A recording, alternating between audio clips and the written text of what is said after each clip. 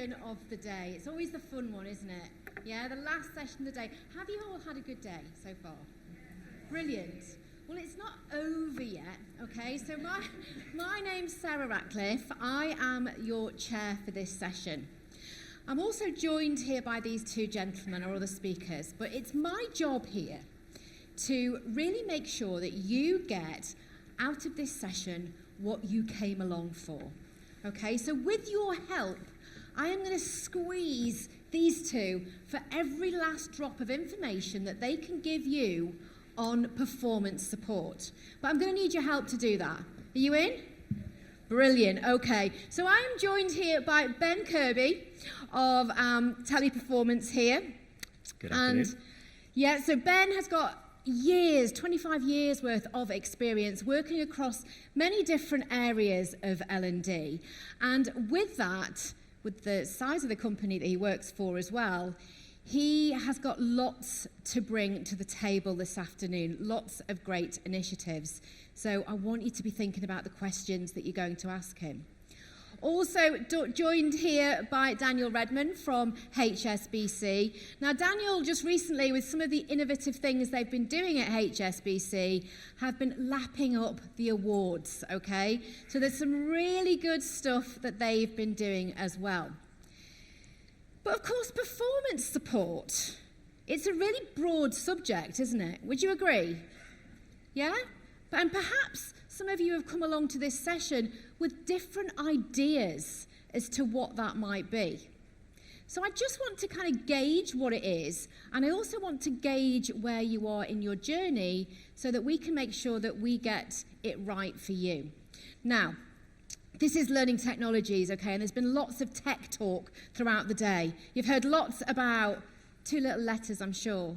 What were they? AI, okay? Lots of tech helping us work in the flow of work, okay? Learning as we go on.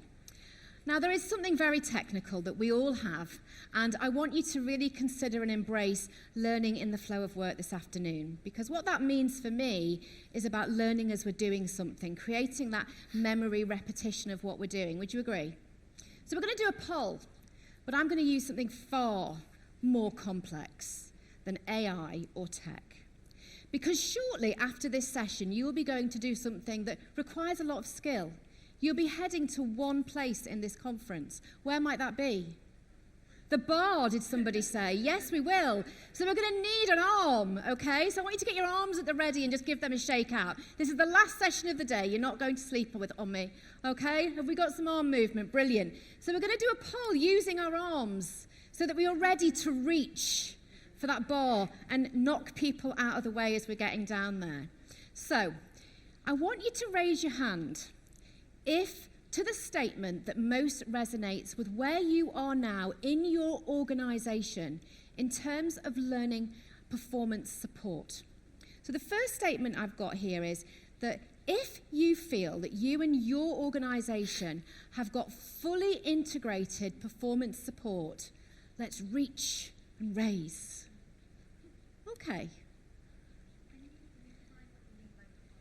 Well, we're going to go into that. So this is about your perception here at this moment. So do you think that you've got that for your organization? Because we're going to discuss that, because I think it's so broad. Performance support could mean anything from a checklist. Would you agree? Yeah? Right up to some of these really fancy things that AI can do where you don't even know that you're learning because it's seamless sitting underneath the day job, right? So let's go for the next one. So perhaps you feel that you and your organization has got some solutions in place, but you've come along here to this session to find out more, to maybe do a little bit of troubleshooting, to see what others are doing. If that one fits you, let's reach and raise. So a few of you, okay, I would love to get a microphone and maybe just hear about some of those things that are happening. So keep your bar hand raised. Come on, keep those bar hands raised. There's a gentleman here. Just can you give me an example of one of the things that you've got in line? Oh, yeah. That was your bar hand, or was it just a pen? No, that was my bar hand. That was your bar hand. It'll be an orange juice, though. I was at Learning Tech last year, and I went to Bob Mosher's thing, which is 5 Motes and Needs, which is a performance sport thing, but it's one part. So we did a lot after that, or started looking into it more detailed. Yeah. And from this year's perspective, I wanted to sort of get different perspectives and different opinions, because there is such a large potential word. What's it actually mean? We have technologies that will allow us to do it, but we wanted to look at something that's scalable.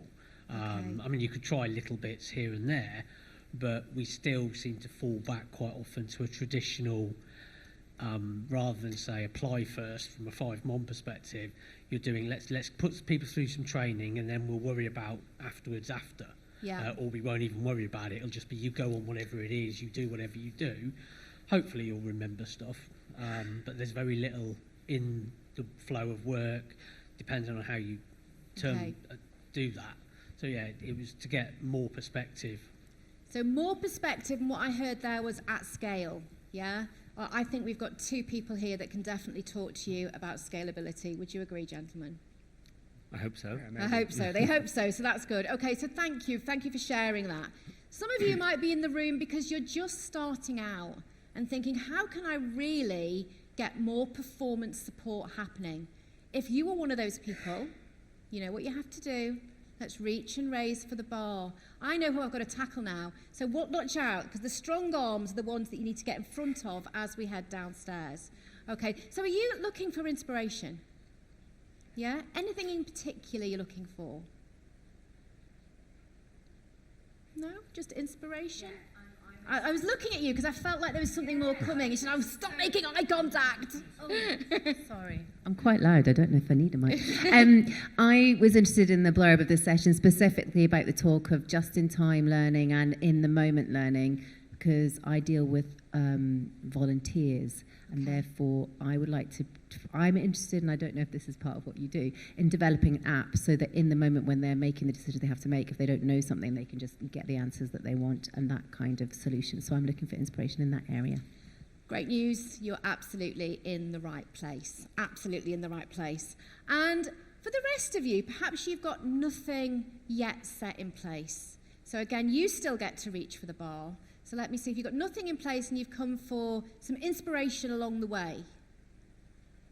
Okay, so everyone has raised their bar hand and done that learning in the flow of work. Okay, fabulous. So let's just consider, what does performance support mean? Because I think it perhaps means different things to different people. Would you agree? Can I get some nods of the heads if you agree? Yeah, definitely. So I'm going to come over to the speakers here, and I'm going to come to you first, Dan. So what does the performance support mean to you? I think for me and kind of the stuff that we do at HSBC, I think in its purest form, it's coaching.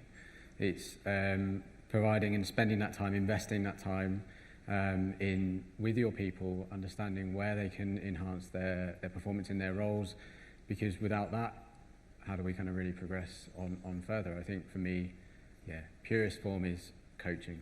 And I suppose if we think back to the keynote speaker this morning, talking about the stats that sits around that one-on-one support and the stats that evidence just how much further coaching takes it, then that's spot on. Absolutely. I think they were talking about it in an educational sense earlier and saying we could never really afford to do that.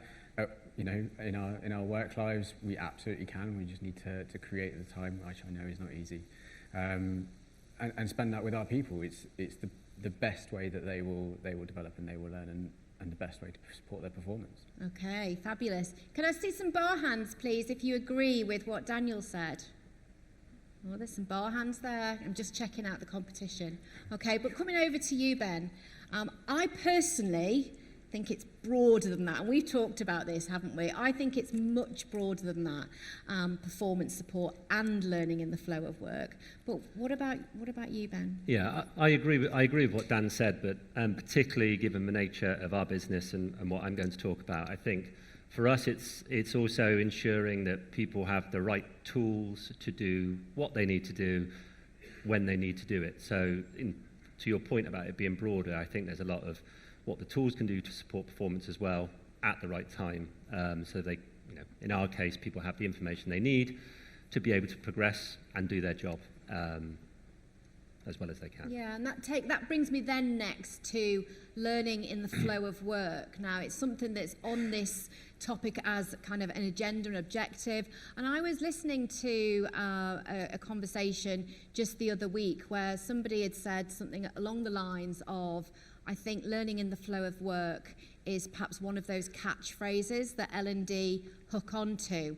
And I actually really strongly disagree with that. So what do you think learning in the flow of work means to you? Is it a catchphrase? Is it more? For me, it probably is in line a little bit with for my understanding of the example I just gave, because for me, in the flow is that we have people live in their roles, and I'll explain a bit more what we do shortly, but if they have struggles, they have challenges, it's the things that we can do to give them immediate support that may or may not be reliant on a person to support them in doing it. Yeah, absolutely. And so for me, that could be as simplistic, and I know obviously I've been raising my bar hand, but as some instructions on a photocopy. Yeah, exactly. That's learning in the flow of work. Would you agree that it stops you having to go and disrupt a colleague and say, how do I do this? It's having that support in place. And I think this is where AI can absolutely play a really strong part. Now, we've already had this conversation, haven't we? He's laughing because we didn't quite get to argy-bargy, did we? But Not quite. Not quite. So our conversation, just to reflect back on it, was what do you think learning in the flow of work actually is? So I agree that you can learn in the flow of work. I just think there's potentially a view on where and when you are doing that work. So if I use an example with sort of HSBC and being a contact center agent on the phone, do you need to be speaking to a customer to be learning in the flow of work? What do you think? No, they're with you. No? Was that a resounding no? Was there anybody on my side? Sounded pretty resounding to me. And well, interestingly, I then just used that in the bar hand experience because actually I was helping everyone learn in that flow of work, ready for when they get to the bar. So it didn't need to be a real drink on the bar. Would you agree? No. Yes, I do agree. But in that circumstance, it probably is better to have a drink in the hand. Okay, well, we'll go for that. So, yes, it can mean lots of different things to lots of different people. The great thing here is that we've got two people that have done this at scale, definitely given lots of different solutions. And so I'm going to hand over to you now, Ben, to talk about some of the many solutions you've put in place. Thank you. So just to further develop my introduction, so my name's Ben. I look after global learning and development, all things training in a company called Teleperformance, which is probably the biggest company you have never heard of. So how many employees might we have? Anyone want to guess? Just as a quick shout out. 40,000. Add a zero and you're close. So we're a company with pushing for, well, nearly 500,000 people now. So we are a very, very, very big company, and 99% of you will probably have never heard of us. Probably 99% of you have used our services. So just to quickly explain a little bit about what we do. Traditionally, we probably would be seen as a call center, but we manage customer interactions across the world. In the old ages, it was phones. So to use the example you gave, Sarah, we used to have a lot of checklists and things like that. But now we do a lot more. We do content moderation, virtual chat, most of the social media platforms that are out there. If you put comments on those platforms, there will be a team of people supporting it, probably us. So we've got 500,000 people. With it, we service thousands of clients. So the examples I'm going to give today are born out of lots of different clients that we have worked with and we support.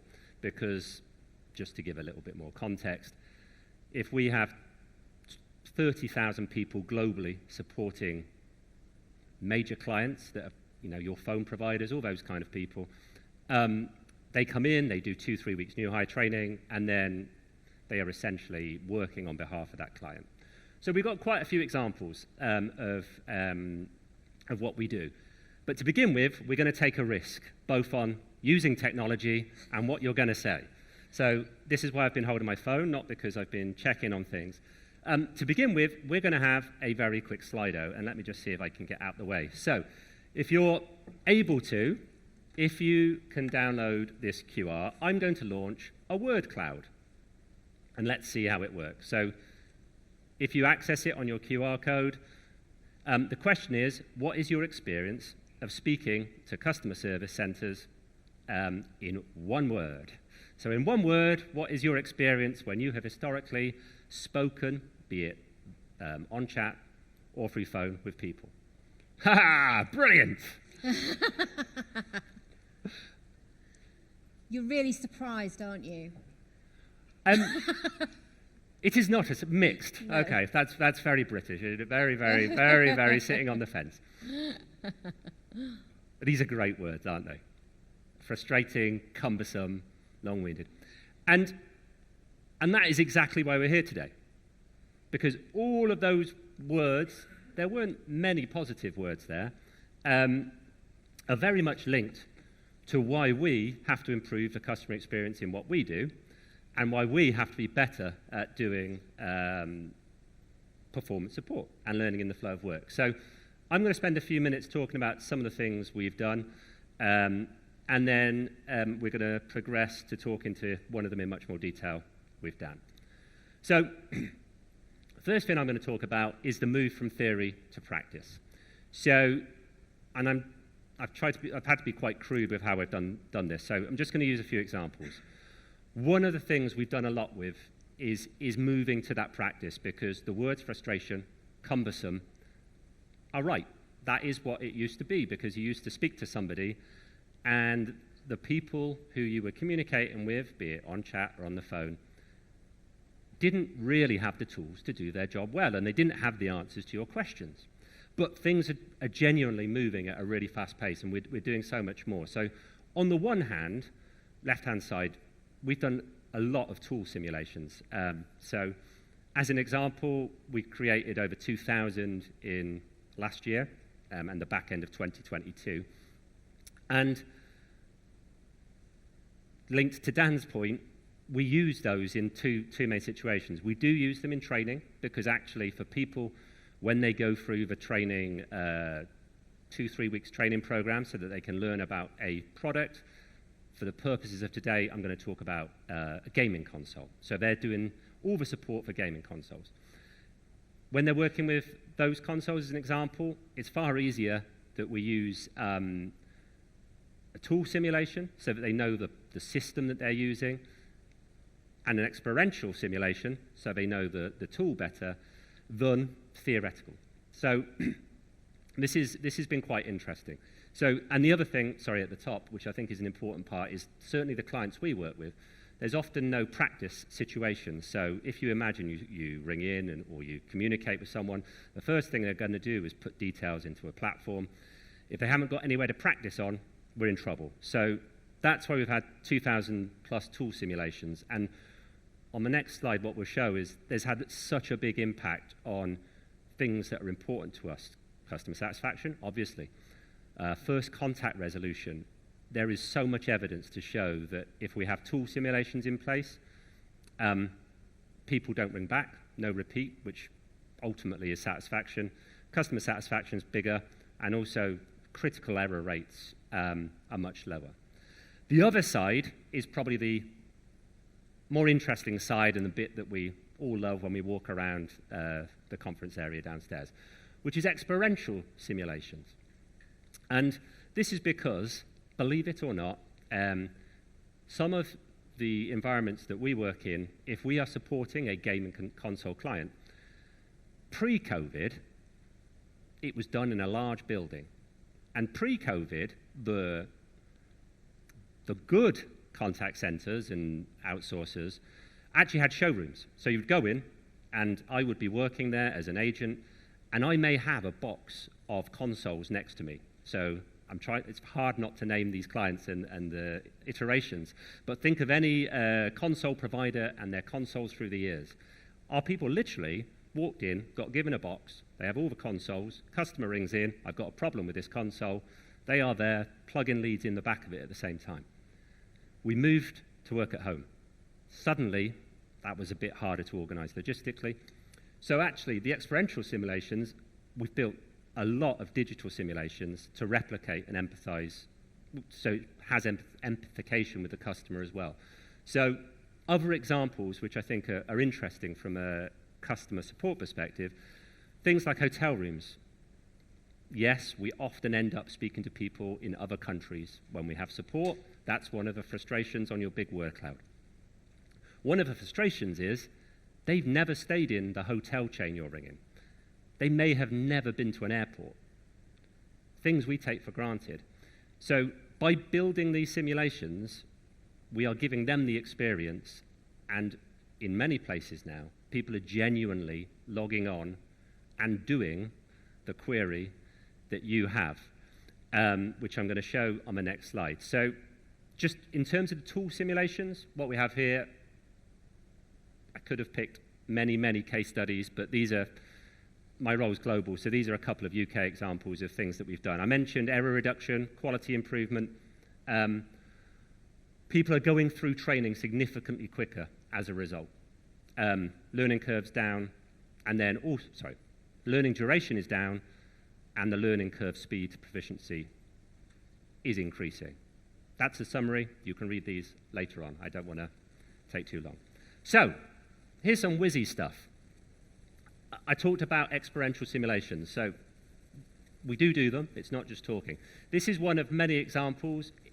This is for a cruise line company. And people genuinely, during training and in a live environment, have such simulations that rather than have 2 weeks classroom-based training or product updates, they do this. Now, you may be wondering, why is there a plane and it's a cruise liner? That's a very good question. That's because it's the whole experience. So this is the first module from what happens when they arrive at embarkation, when they speak to someone, etc. So we build these simulations. This one is built in Unity, and we work with customers to try and make it as reflective of the real situation as possible. My next example is a slightly different tone, and I love this example, which is a Minecraft example. And this has been really, really, really successful, and we have these now for airports, hotels, and I've now forgotten the other one. Airports and hotels, let's say. And I mentioned a lot of the countries we work with, they may not have ever been to an airport, and interestingly, the generations of people who work for us would rather do an experiential simulation through Minecraft than some of what we just saw. And this example here is actually the experience of arriving at the airport, checking in, you go through security, and at the very end of it, you get on the plane, even to the point where you match your ticket to your seat number, you sit down, you put your belt on. It's completely end-to-end, and this has been tailored to one of the specific airlines we work with, but at the moment, this is neutral. And back to the point from the beginning, yes, these are used in training, but yes, these are also available, and people have them on their computers at all times, so that should people ring in and start having queries about what happens if, you know, I'm a first-time flyer, talk to me, they are able to have that level of empathy.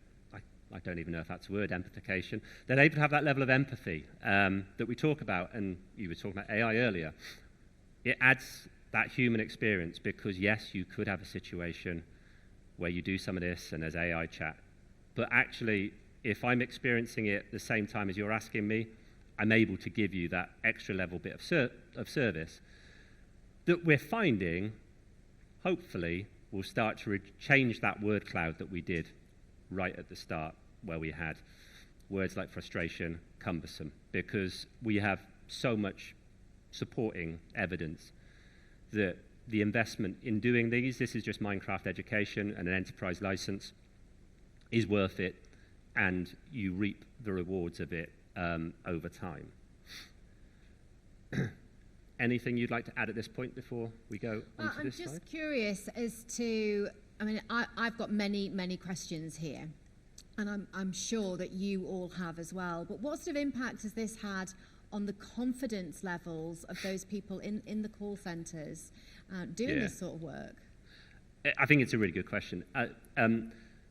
It definitely has made people more confident, and I think you see that just from the fact that if you are in a training class, graduation rates increase, but also when you're live, the retention and things on the accounts that have them is better.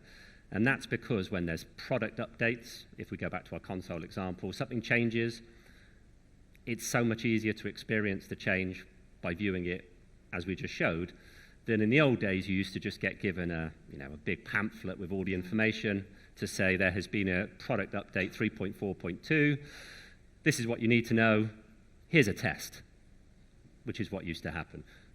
Simulation-wise, we were able to build them so that actually people go in and understand that's the change, I now pull this lead out and put it here, and the confidence as a result is so much increased because they're able to see it in practice. But also what we know about the brain is that if all those product updates, that people can't remember them. No. So it is literally learning in the flow of work, isn't it? So exactly. And I think one of the challenges we face is that clients outsource their work to us. They think they know what we need to know, which is generally a massive book of information.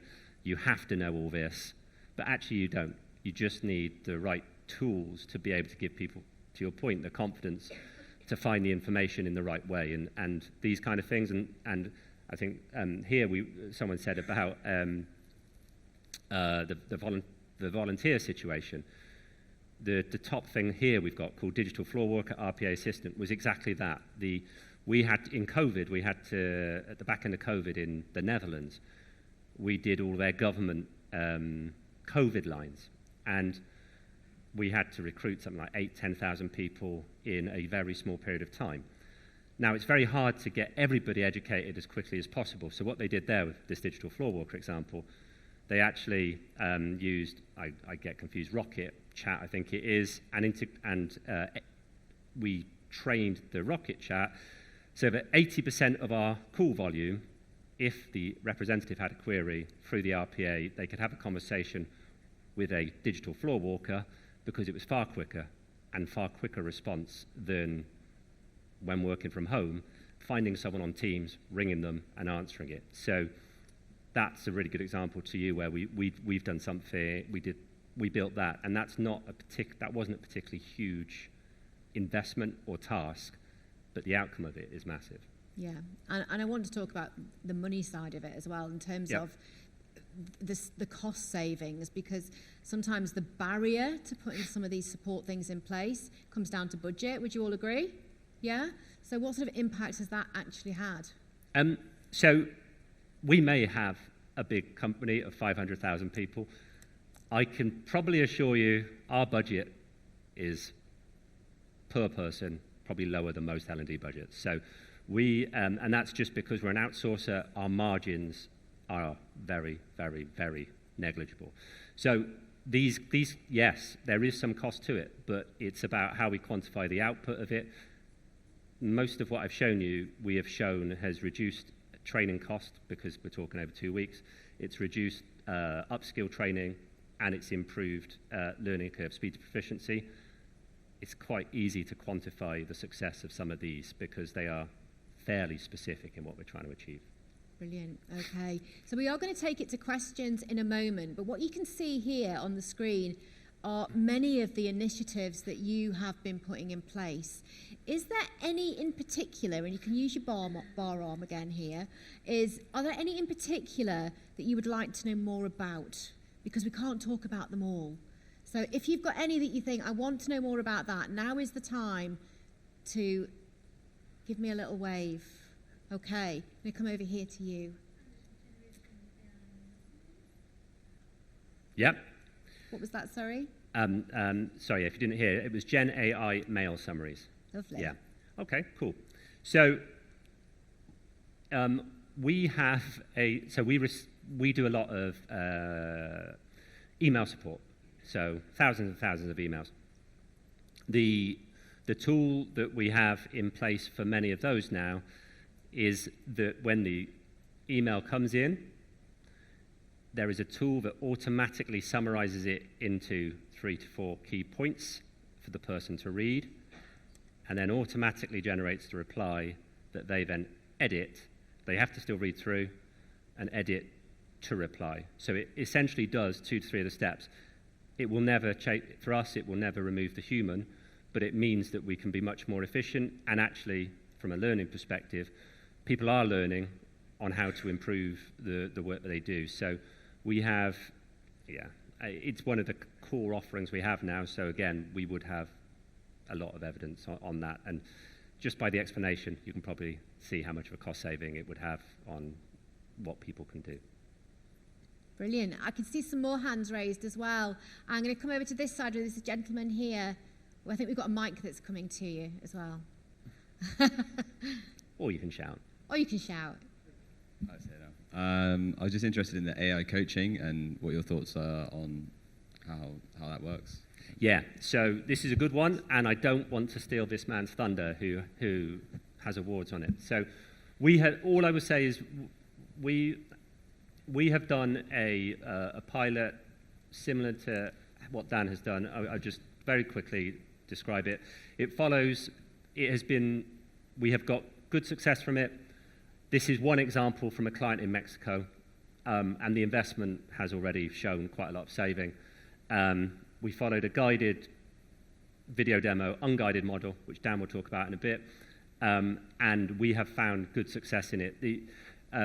The way we're using it is a little bit different to what's going to be described. So we have a lot of call data and call recording. So we actually have some Gen AI coaching based on the call types that are coming. So the Gen AI knows what it wants the agent to practice on, and they practice conversation. And we see the numbers up there. But I don't want to talk too much because he's going to talk in much more detail, and you're going to be wowed by what Dan will say. So I don't want to go too more into that. Anything else that hasn't been? This lady here. Okay. Yeah, so if you see TP, it's us saying teleperformance. I say all that is as if it's fairly straightforward. We said at the start that traditionally, when you try and interact with people, they have a lot of information, and it's hard to find what the information is. What this is doing is a little bit like WalkMe, WhatFix, those kind of tools. It is guiding the person to what is most likely to be the answer based on the interaction that they're having, or it is suggesting that now you've clicked on this box, it is most likely you're going to click on that box.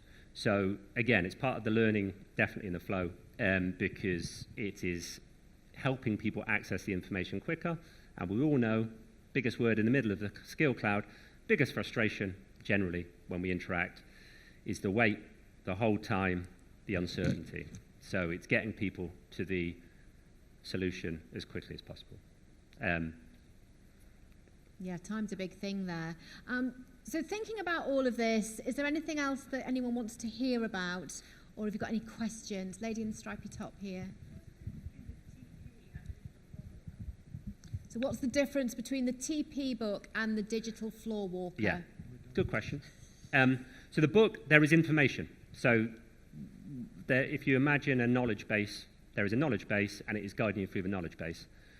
The digital floor walker is more of a chatbot. So the chatbot is essentially becomes your first line manager to begin with, and is there. You type in, I'm struggling to find the information on this. Can you help me? And it has been educated on what the most likely call reasons are, and will answer that. Based on that knowledge base? By and large, yeah, they are likely to be interconnected. Yeah. So that was based on the knowledge base Yeah. book. Yeah. Anything else? Any other questions? Can we come over here to this lady over here? Come over to this side of the room. Thanks. You mentioned 2 weeks for some of this training, Yeah. and then you said it's also available as they're doing Yeah. their jobs. So is it exactly the same thing that they're accessing when they're actually, say they're on a call with somebody, they're trying to get to a solution, or do you have sort of a different thing supporting Yeah, them? that's a good question. What I showed there is, by and large, what would be in the initial new hire training. What you would typically experience in the live environment, is it broken down into subsections. Because if you imagine the experience one, what we showed there was almost like a world you went into and you do stuff. If I go back to my console example, I can't think of a good example. It would be categorized in the side around turning power on, changing SCART lead, that shows my age, HMI lead, USB-C lead, whatever it is now. And you'd have that, and then it would take you to that specific pathway, if you like, within the simulation. Okay, any other questions? Come back to you here at the front here, and then, oh no, we're going to the back. We'll come back to you, don't worry. I'm just going to ask about the Synthesia. We kind of reviewed it and thought, don't think our people will react well to it. How have you found it, how effective that's been, and you've tried to use that tool? We're big fans of Synthesia, or other generic tool. So Synthesia, we've worked with them since they were quite small, and I have a lot of time for them as a company, just from a personal level. In this, I'm going to just answer your question 2 quick phases if I have time. You do. In this example, actually, we use it in a weird way. I'm going to say weird. So in this example, what we have here is, in terms of using the tool in the flow of work, we do a lot of call monitoring and things like that, whereby traditionally people sit and they listen to calls and they check that certain things are in line with the client's compliance. In this example, which is why I put it here in terms of efficiency, we've actually hooked it into those kind of nice systems, which is the company name, which do the call recordings, and it converts the voice recording into the avatar. So rather than just sit listening to essentially sound, people are sat watching avatars, and they change the avatars during the day, because we have found that the people doing the call monitoring are more engaged and more alert doing the call monitoring than they would be if they were just sat with headphones on and nothing on their screen. So that's why it's in here. To your specific question around how we found people react, it's a really good question. And I think initially the feedback we had, at least for Synthesia, was really high. But that would have been a couple of years ago when people had never seen video avatars. It dipped a little bit, and now it's going back up, because we know we don't use it, well, generally we don't use it for the entire learning. We have the avatars appear as you probably would if you were delivering training. So they come up at the beginning, they do certain parts, and we use it interconnected with other tools.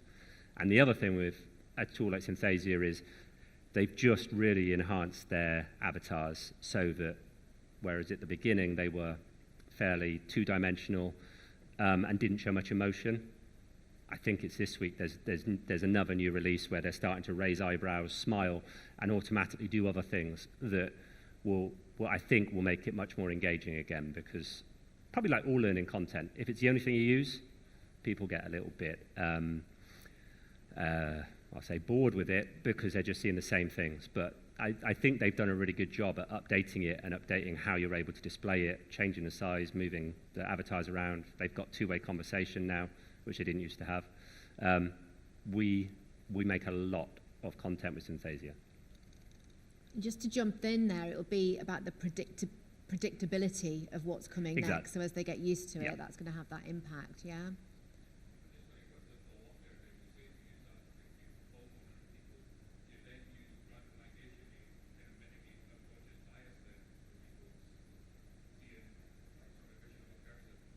That's a good question. I honestly, I would be lying if I said I knew the answer to that. I have not that level of detail. It's a good question, and I will find out. Definitely something to think about. We've got another question down here at the front. Yeah, hello. Just in the skills development, you've got gamification mentioned, well, 3 games and gamification, 3 out of the 4. I'm quite interested in the impact of gamification on behavioural change and actual transfer of practice and the effectiveness of that. So that's kind of one part of the question. And the second part, from your experience of what you've experienced. And then the second part of the question is, what's the difference between real-time performance gamification and gamification in the flow of work? Yeah, I probably haven't described that very well. I will try to quickly summarize my 3 mentions of the word game. So the top one, we have really found that people have started to learn more and learn new skills by using games. A couple of people mentioned scalability. We use a tool called Training Arcade, part of the e-Learning Brothers, and have used it for a while. And on that tool, we have over 2.5 million games played a year in the company. And that's because they're so easy to make a quick game, a quick quiz, and do things in a more engaging way. Play a video, etc. And it's for us, it's the best tool we've found to do what I'm saying there, integrated knowledge checks or games. It has been hugely successful. There's 8-10 games. It's pretty basic looking, but again, it works well on people's PCs, which we sometimes forget about when we build all these really fancy things. The 2 gamification ones, the difference I haven't clearly defined. One is that we use live data to drive certain gamification elements. So, i.e., during the course of an agent's day, if I keep this fairly simple, their handle time may be higher than normal, and they will be pushed kind of nudges or learning purely based on their current performance.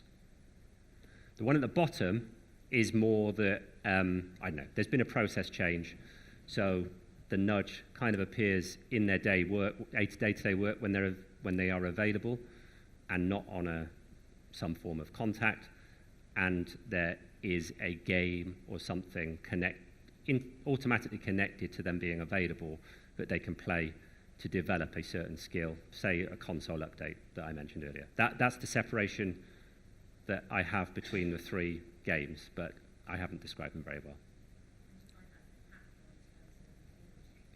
Yeah, so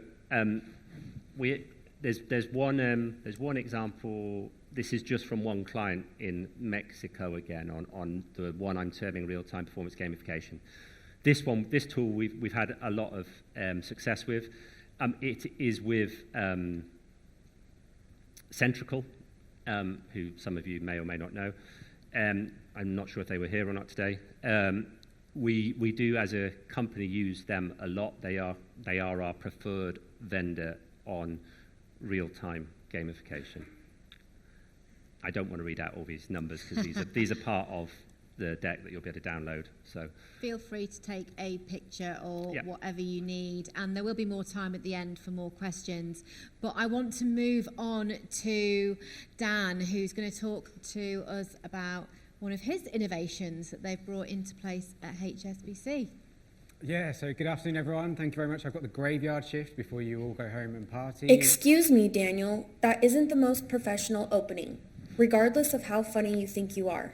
Please welcome everyone by introducing yourself and explaining what you're here to talk about. Wow. Okay. Good afternoon, everyone. My name's Dan. I'm a multi-award-winning learning and development manager, and I'm going to talk to you a little bit about using AI whilst in the flow of work. Hopefully the robot thought that was okay. That's better. Now make sure you're clear and concise in your talk and don't undersell me. Wow. No pressure. Thanks for the tips, I guess. You're very welcome. Good there. luck. Thank you. So guys, I'm here to talk to you about a tool called AI Coach, and we're going to talk about how we use it in learning in the flow of work. We kind of talked a little bit about that. I'm just going to talk to you about how we kind of came across this tool. So a couple of years ago, whilst we were kind of going through COVID, and I'm sure everybody had kind of a similar experience. Our learning content, our delivery kind of wasn't really fit for purpose. So we needed to redesign our content, we needed to redesign our onboarding programs, and that gave us a really great opportunity to explore some of the new technologies, explore some of the new things that are available. And we came across this tool called AI Coach. It's come from a company called Zenerate. Please feel free to sort of look them up. I'm not selling for them, by the way. That's who it is. Zenerate. I should have written it down. That would have been a lot more useful. So we came across this learning tool, and we've started to incorporate it. It's a conversation simulator, as you've kind of just witnessed, that will kind of give us guides. It will give us hints and tips, and it gives us the ability to practice real-life conversations with customers, or with anybody, really, any kind of conversation that you want. And I'm going to show you how it works and things like that. But let me just talk to you a little bit about our use cases, what we're using it for. That's really, really bright at the moment at HSBC. So right now we're using it in our onboarding programs. So we're using it to help our new starters practice phone calls, practice conversations before they speak to customers. I'm sure many of you have either maybe have spoken on the phone before to a customer, or you know someone who has. It is terrifying the first time you do it. So we give them the opportunity to practice that conversation, typically what you might consider an old school role play, but it's with a computer. So we give them the opportunity to do that, and in our onboarding process, we get them to do the whole call, right? Do the whole thing. And this does so many different things. It builds up their confidence in terms of being able to speak on the phone, running through the processes, running through the procedures, learning how to interact with the customer. But what it does actually as well for our customers is it keeps them safe. Our people on the phone who are absolutely brand new are not going to be the best, I won't lie. They're not, as you guys have experienced from your own time ringing banks, I'm sure. So we need to keep our customers safe. This does that because it gives us the opportunity to understand whether somebody can pass a verification procedure before we put them in front of a customer. It gives them the opportunity to understand whether we can pick up fraud detection before we put them in front of a customer. So using a tool like this to help with their performance support, and hopefully, as you'll see, kind of learning in the flow of work, enables us to help our people and to help our customers. Another aspect we're using it in is coaching. So I said earlier that I thought performance support in its purest form is coaching. We can use sort of smaller snippets of conversations, smaller snippets of phone calls to help our guys understand how to improve on those aspects. So if I give you an example around perhaps digital education. So if in our bank we want people to use the mobile app more, I'm really, really sorry about that, we do, but we kind of, if we want people to do that, then we can give them scenarios, give them stories to go and practice. This is how you introduce the conversation. This is how you kind of work through that process, through that procedure. Embedding change, probably one of people's biggest pain points. I think Ben kind of alluded to this earlier. Let's give people the opportunity to practice some of those scenarios, practice some of those things before they get on the phone to a customer. And all of this is readily available. It's kind of off the shelf in a way to then go and have those conversations after you've gone through that training as well. And I think these are just the things we're using it for right now. This is kind of a little bit unlimited when it comes to conversational learning and how you have those interactions. If I think about the future and what we're doing with it in the future, it's going to be leadership conversations, having those tough conversations with people, having those tough conversations in some of our more delicate areas around HR and performance and things like that. But also, why not help people practice interview skills? Why not give someone an interview question and then allow them to practice that? And then we can see from the recording, because all of this stuff, as you'll see, is recorded. We can then go in and coach people through that. We can see where their development areas are. They can see that as well. So there's some really, really, really useful and really interesting things that we're doing with this tool. So let me show you what the tool is. I'm going to show you a recording. I'm not going to do it live because, albeit we're at Learning Technology, I don't trust the technology to work for me when I need it to. So I'm going to show you a video which will just go through and show you the tool in action. What you'll see is my exemplary call center skills in action. You'll see me talking to the tool and the tool talking back to me as a customer. You are receiving an incoming call. Greet the customer, state they have reached your name at HSBC. Ask how you can help them today. Good morning, you're through to Dan at HSBC. How can I help you today? Yes, hello. I wonder if you can help me. I'm looking to make a payment to my nephew. Can you help me? Ask if they have mobile banking. Advise them that if they have the app, they can do this there, and they can also make payments anytime and anywhere going forward. No problem at all. Do you have the mobile banking app? You can do this on there, and then you can make payments anytime, any place going forward. Yeah, I saw that, but I didn't really know how to do it. Select Open Action, advise that's fine, and you can walk them through it. State you see they have a large sum in their bank account and ask if they have thought about opening a savings account. That's absolutely fine. I can walk you through it. I can also see that you have a... I'm going to move on. I think you kind of get the idea around that first one. So what you can see from that, and you saw the simulator in there as well, so I'm able to bring in a simulator of a system. I'm able to get people to follow the process and the procedure, and I'm able to get people to have the conversation, and all of that is recorded, and I can coach from that, and people can see what's happening and where it's happening, and the agents are being guided as to what to say, which you might kind of go, well, I've got technology going off in my pocket, apologies guys. You might say, well, are you creating robots there? No, we're just guiding them on what they need to say. We're not telling them what they actually should say, and things like that. In this one, this is unguided, so it's not going to tell me what to say. And we'll see maybe what happens if I get it wrong. You are receiving an incoming call. Good afternoon, you're through to Dan at HSBC. How can I help? Yes, hello. I wonder if you can help me. I'm looking to make a payment to my nephew. Can you help me? No problem at all. Do you have mobile banking? You can do this on your app, and you can then make the payment anytime, anywhere going forward. Yeah, I saw that, but I didn't really know how to do it. That's absolutely fine. I can walk you through it. Let's get started. Advise that's fine, and you can walk them through it. State you see they have a large sum in their bank account and ask if they have thought about opening a savings account. That's absolutely fine. I can walk you through it. I can also see you have a large sum in your bank account. Have you ever thought about a savings account? Thank you. Again, I'm going to stop there. I think you can see and get the impression of what we're kind of working with there. You can see that when I got it wrong and I didn't do what I should have done around asking about the savings account, the tool interrupted me, and it gave me coaching and it gave me feedback as to what I should do next. So it's a really, really interesting tool. I hope you guys can kind of take some inspiration from that. Like I say, I'm not selling it. It's just hopefully it's creates ideas for you. So you've seen what it is. You've kind of seen what we're looking to use it for, what we are using it for. The next, I guess, question that you might have is, well, what's the impact? How is this kind of working for you? So we've got some quality scores that I'm going to just sort of display for you to hopefully try and show you the impact. Now, we haven't done any interaction for a little while, and we all work for learning and development teams, so I'm going to get you guys to do some interaction. Don't worry, it's nothing huge. I'm just going to get you to shout higher or lower as to whether you think the score is higher or lower. I'm sure we've all played this game again before. Let's have a quick practice. Give me a higher. Right, okay. I knew the first one wasn't going to be great. Don't make the robot come back out. Give me a higher. Better. Okay, give me a lower. Yeah, well, all right. Thorough. Okay, so first score is 87.68 for our HSBC onshore teams. That's their current quality score. Do you think the next score from HSBC offshore is going to be higher or lower? Give me a higher if you think it's higher. Higher. You see where this is going. Give me a lower if you think it's lower. All right. Not everyone involved, but all right. 95.86%. And for those of you who have got an offshore team, you'll be sat there going, oh my God, what did they do? Are they actually offshore? FD onshore, give me a higher or lower. Higher, do you think it's higher?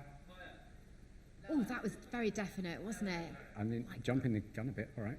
So we've got one each, that was. Lower, 88.24. And the last one, MSB onshore, higher. Give me higher if you think it's higher. Lower if you think it's lower. Again, higher. Oh, sorry, Marks and Spencer's. We love a TLA, three-letter abbreviation, everywhere. So let me correlate that with how many times people have practiced, and you can see that the people who have practiced the most times have got the highest quality score.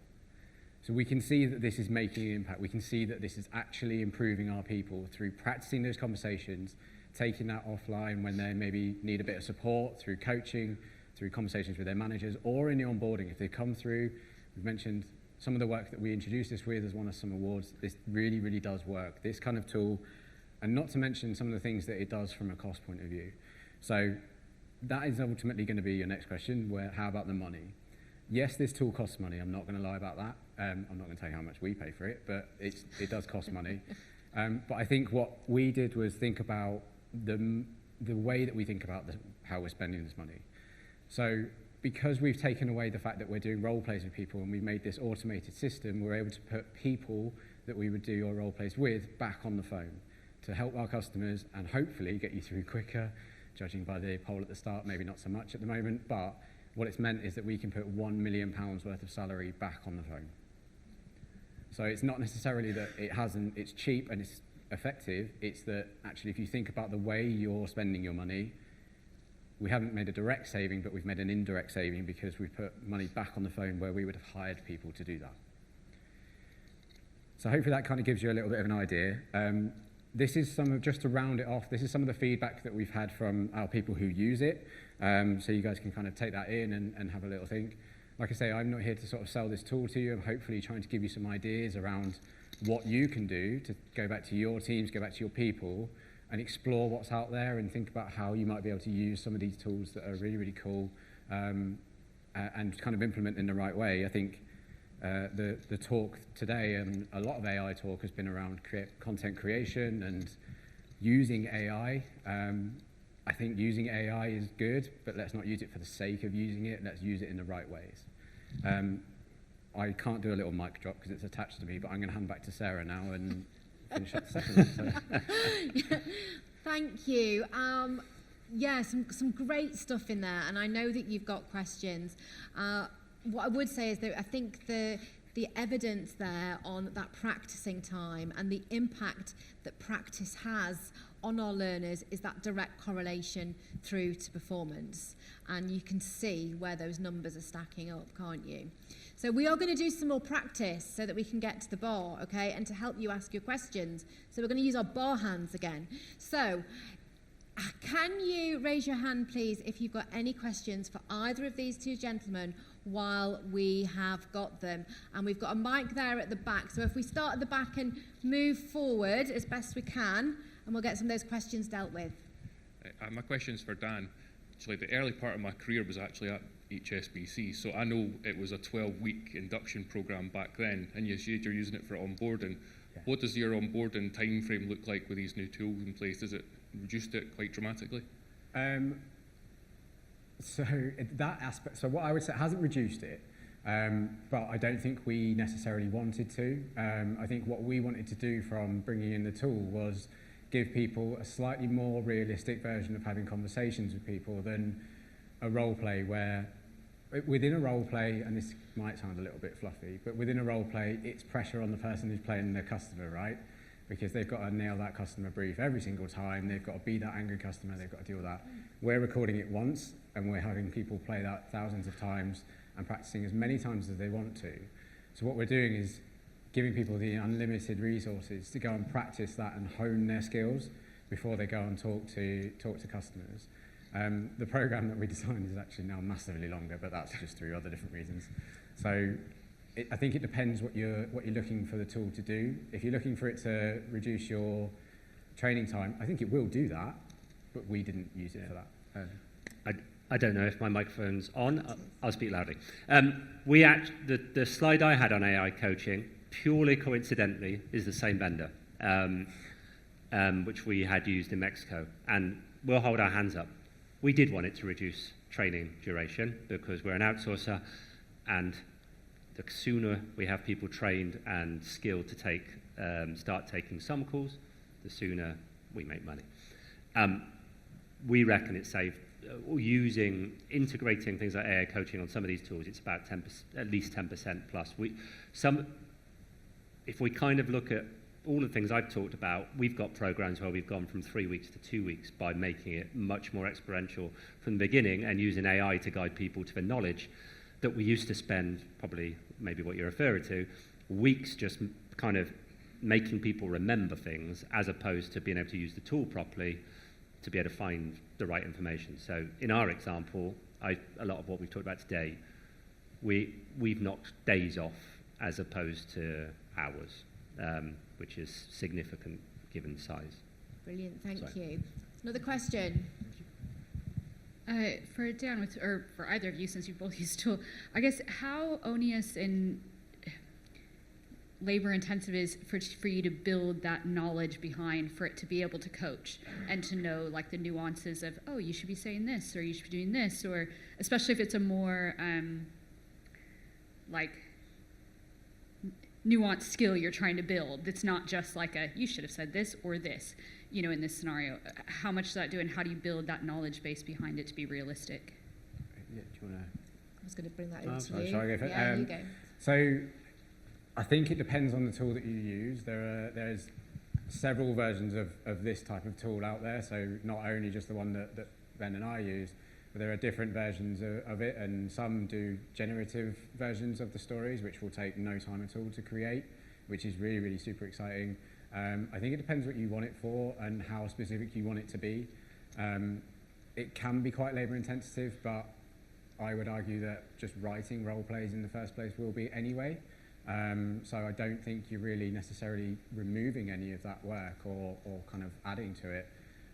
I think you're just kind of making it more sustainable long term. So you can also be really, I think, really consistent actually with using this tool. So that's kind of how I suppose I would view that.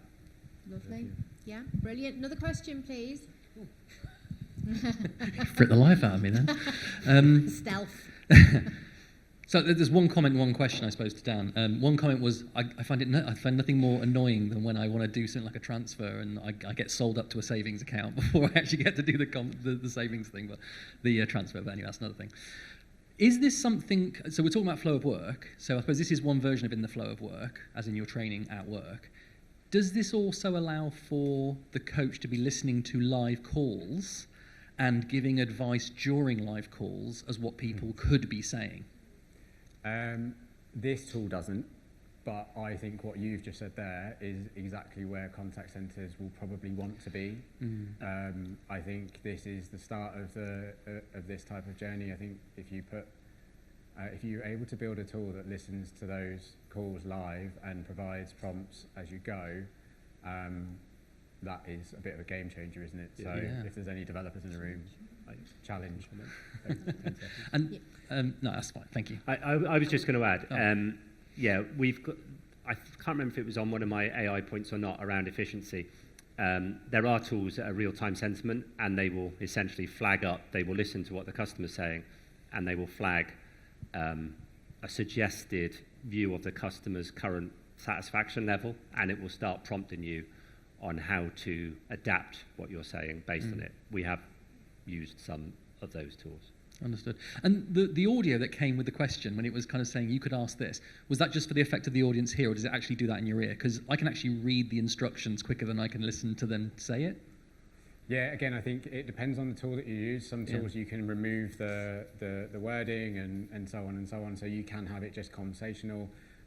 We've kind of settled on this tool, and that's just the one we use. But there are definitely tools out there where you can remove the words coming up, and it's just it's a voice in your ear. And like I say, it's very much, you're wearing a headset. It's genuine. It feels real. So yeah, thank you very much. Tools out there. Thank you. Any more questions? Coming down to the front, we're just going to go across that side and then over to this side.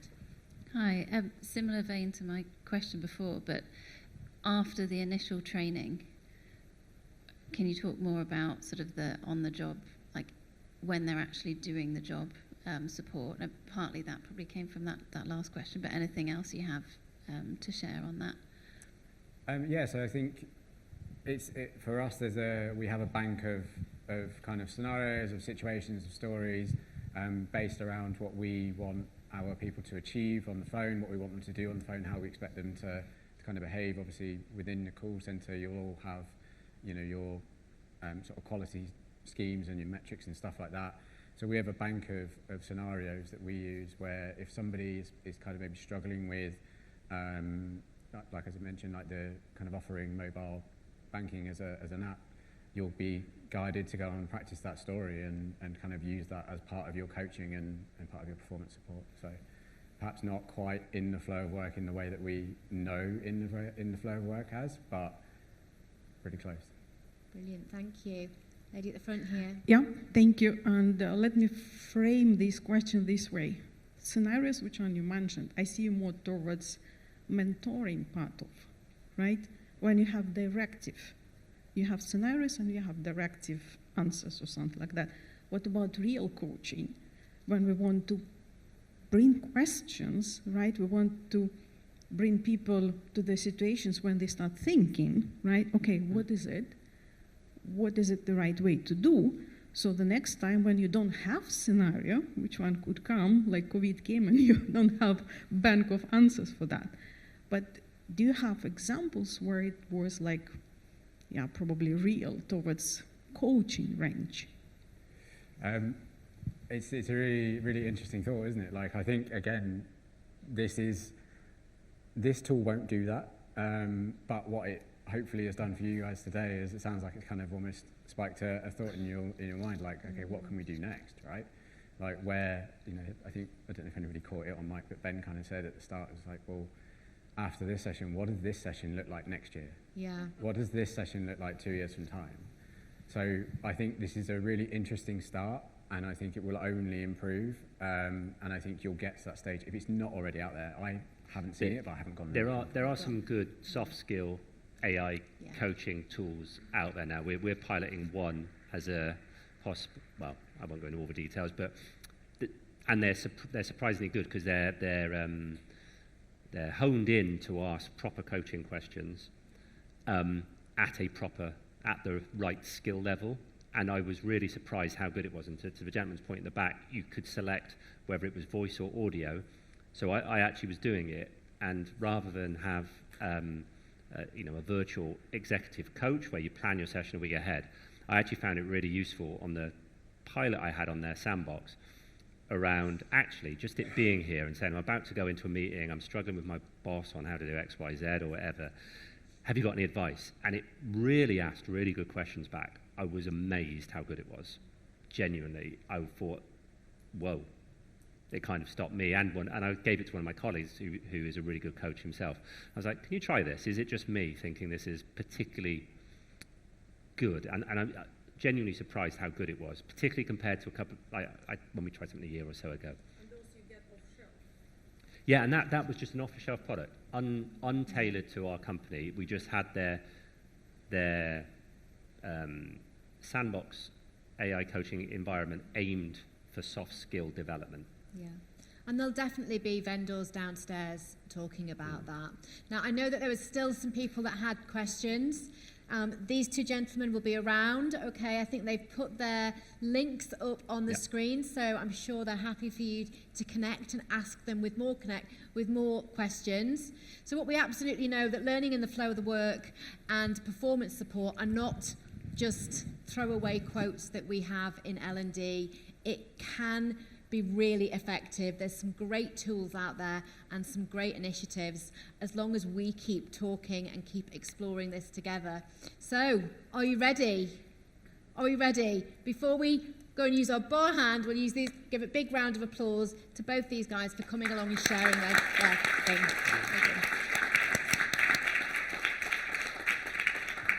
And we'll see you at the bar. See you later.